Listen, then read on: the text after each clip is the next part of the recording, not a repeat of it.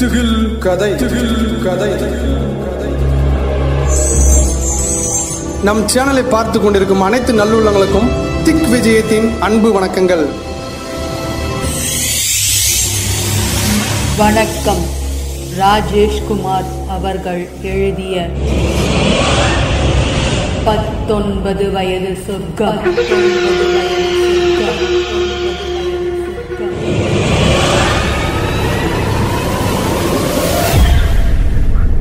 திகில் தொடர் 22ஆம் பகுதி.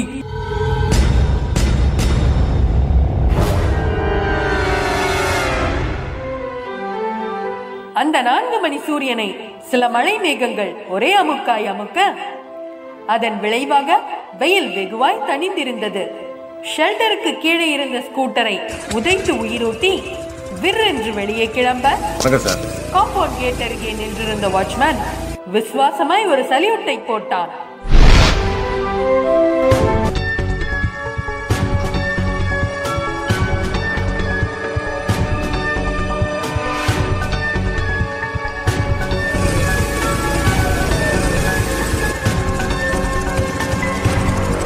ஜெயந்த் சேரன் லாட்ஜுக்கு போய் சேர்ந்த பொழுது கனமான மழை மேகங்கள் சூரியனை விழுங்கிவிட்டு மழை பெய்யலாமா வேண்டாமா என்று யோசித்துக் கொண்டிருந்தன. மரங்களின் உச்சிகள் வேகமான காற்றசைப்பில் இருந்தன. 7 மாடிகளோடு தெரிந்த சேரன் லாட்ஜ் ஆரோக்கியமாய் தெரிந்தது. சுத்தமான போர்டிகோ, ஓஸ் பைப்பில் நீர் பாய்ந்து கொண்டிருந்த பச்சை சாயத்தில் அலம்பி போட்ட மாதிரி புல்வெளி, அதற்கு பார்டர் போட்ட மாதிரி ரோஜா செடிகள். பருவத்திற்கு வந்திருந்த ரோஜா செடிகள் மட்டும் பூக்களை புஷ்பித்து காட்ட மற்றவை மொட்டு வைத்திருந்தன. சதுர கண்ணாடி கூட்டுக்குள் இருந்த ரிசப்ஷனிஸ்ட் கண்களில் ஏராளமான கனவுகளை வைத்துக் கொண்டு வேண்டா வெறுப்பாய் வந்தவர்களுக்கு புன்னகை காட்டி பதில் சொல்லிக் கொண்டிருந்தாள். ஜெயந்த் கையில் ஹெல்மெட்டோடு அவளை நெருங்கின போது என்றாள். Mister Madhusudanan from Madras. அவள் தேன்நிற கண்களை உயர்த்தி பார்வையால் சாட்டை தடவி விட்டு சொன்னாள். Room number 137 first floor. Thank you. லிப்டுக்கு நிறைய பேர் காத்து கொண்டிருக்க அதை எதிர்பார்க்காமல் மாடிப்படிகளில் நடந்து போய் முதல் மாடி வராண்டாவில் நடந்து 137 என்று பித்தளை எழுத்துக்களில் சொன்ன அறைக்கு முன்பாக நின்றான்.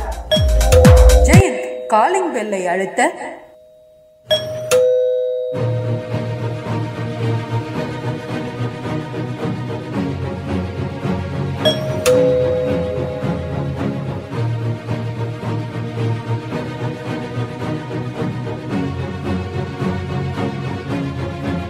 நிமிஷ நேர அவகாசத்திற்கு பின் கதவு திறக்க ஏராளமான தொப்பையோடும் முன்புற வழுக்கையோடும் 50 வயதை தொட போய்க் கொண்டிருந்த அந்த மனிதர் தெரிந்தார்.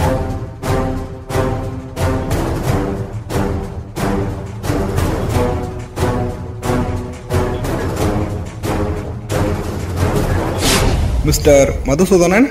S, myself. நான் டெக்னோ எலக்ட்ரானிக்ஸ்ல இருந்து வரேன். ஐம் ஜெயந்த். அசிஸ்டன்ட் என்ஜினியரா ஒர்க் பண்றேன்.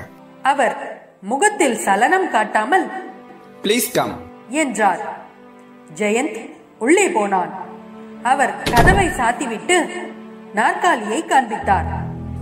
உட்காருங்க என்றார். அவன் உட்கார்ந்ததும் என்ன விஷயம் என்று கேட்டார். சார், நாளைக்கு நீங்க எங்க கம்பெனிக்கு ஸ்பாட் இன்ஸ்பெக்ஷன் வர போறதா லெட்டர் வந்திருந்தது சார். அது சம்பந்தமா உங்களை பார்த்து பேசிட்டு போலான்னு வந்தேன். அந்த மதுசூதனன் புன்னகைத்தார். என்ன பார்த்துட்டீங்க, அப்புறம் என்ன பேச போறீங்க? ஜெயந்த் பதில் சொல்ல திணற அவர் மறுபடியும் மெல்லிய குரலில் கேட்டார். ஸ்பாட் இன்ஸ்பெக்ஷன் நாளைக்கு தானே, இன்னைக்கு என்ன என்கிட்ட பேசணும்? அது வந்து ஜெயந்த் வியர்த்தான். நீங்க எதுக்காக இங்க வந்திருக்கீங்கன்றத நான் சொல்லட்டுமா? நீங்க நான் எந்த விஷயத்துல வீக்கா இருக்குன்றத தெரிஞ்சுக்கிட்டு அதை வச்சு சரி கட்டலான்னு வந்திருக்கீங்க. Am I right?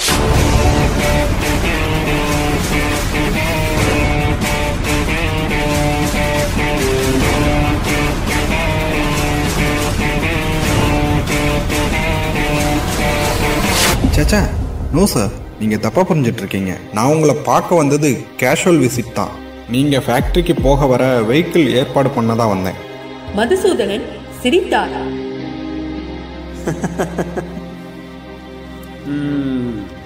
நான் கொஞ்சம் மிரட்டினதும் பிளேட்டை மாற்றிட்டீங்களே.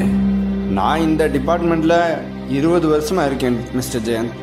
யார் என்ன எதுக்கு என்னை பார்க்க வராங்க அப்படின்றது ஃபுல் டீட்டெயில் எனக்கு தெரியும். என்ன நீங்கள் 50 லட்சம் தானே லோன் கேட்டிருக்கீங்க? ஆமாம் சார். கமிஷன் பேசிஸில் பேசிக்குவோமா? அதிர்ந்து போய் நிமிர்ந்தான் ஜெயந்த். நான் வழக்கமாக கமிஷன் வாங்கினா எல்லாத்துலேயும் 2% தான் வாங்குவேன். உங்களோட லிமிட் என்னன்றது நான் தெரிஞ்சுக்கிறணும். நான் என் பொண்டாட்டிக்கு அடுத்து விரும்புகிறது ஸ்காட்ச் விஸ்கி தான். நீங்கள் நைட்டு நீங்கள் அதை ப்ரொவைட் பண்ணலாம் எனக்கு. ஜெயந்த் திடீர் சந்தோஷமாகி சிரித்தார். சார் நான் பயந்தே போயிட்டேன் சார். இந்தியாவில் பிறந்துட்டு இதுக்கெல்லாம் பயப்படலாமா? என்ன ஸ்காட்ச் வாங்க போறீங்க? சார் நீங்களே சொல்லுங்க. தன் ஏராளமான தொப்பையை தடவிக்கொண்டே BMW என்றார் அவர். ஹோட்டல் கந்தர்வா பார்ல BMW ஸ்காட்ச் வேணும். ஏண்டா இந்த லிக்கரை நீ நிறுத்தவே மாட்டியா? முயற்சி பண்ணிக்கிட்டு தான் இருக்கேன். பழக்கத்தை விடணும்னு நினைக்கிறப்போ கம்பெனிக்கு புதுசாக வர பார்ட்டிக்கு வான்னு கூப்பிட்றான். தவிர்க்க முடியல. 23ஆம் பகுதி. ராத்திரி மணி 8. வெளியே லேசாய் மழை தூறிக்கொண்டிருந்தது. சூர்யா பட்டுப்புடவையும் மல்லிகை பந்துமாய் எதிர்விட்டு சுமங்கலி பூஜைக்கு கிளம்பிக் கொண்டிருக்க வசுமதி டிவி பார்ப்பதில் ஆழ்ந்திருந்தாள். என்ன வசுமதி, நீ பூஜைக்கு வரலையா? அவங்க உன்னையும் தானே கூப்பிட்டாங்க. சாரி சூர்யா, இந்த தெருவில் இருக்கிற எல்லா பெண்களுக்குமே என்னுடைய மேரேஜ் எப்படி நடந்தது அப்படிங்கிற விவரம் தெரியும். நாங்கள் வந்தால் என்னை ஒரு வேடிக்கை பொருளாக தான் நினச்சி பார்ப்பாங்க, எதையாவது கேட்பாங்க. அப்புறம் பூஜை நடக்கிற அந்த இடத்தோட சூழ்நிலையே மாறிடும். நான் வரல சூர்யா, நீங்கள் மட்டும் போயிட்டு வந்துடுங்க. சரி, நீ சொல்கிறதும் ஒரு விதத்தில் கரெக்டு தான். அப்புறம் உன் இஷ்டம். சரி, அவர் எத்தனை மணிக்கு வருவாருன்னு தெரியல. அவர் வந்தால் டிஃபன் எடுத்து நீ பரிமாறிடு. அவர் எதுவும் வேண்டான்னா விட்டுடு, ஓகேவா? நான் எப்படியும் 1/2 மணி நேரத்தில் வந்துடுவேன். நீ வீட்டை பத்திரமா பார்த்துக்கோ. நீயும் பத்திரமா இரு. ஓகே வசுமதி, நான் கிளம்புறேன். தலையாட்டினாள் வசுமதி. சூர்யா வெளியே கிளம்பி போக கதவை தாளிட்டுக் கொண்டு திரும்பியவள் டிவியில் ஓடிக்கொண்டிருந்த அந்த கார்ட்டூன் படத்தை பார்ப்பதில் ஆர்வமாகி உட்கார்ந்தாள்.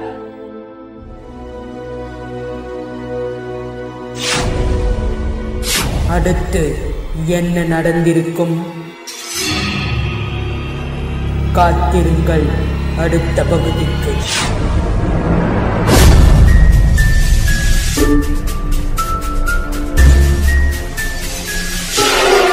தொடரட்டும் திக் விஜயம். புகழ் பரவட்டும் எத்திசையும்.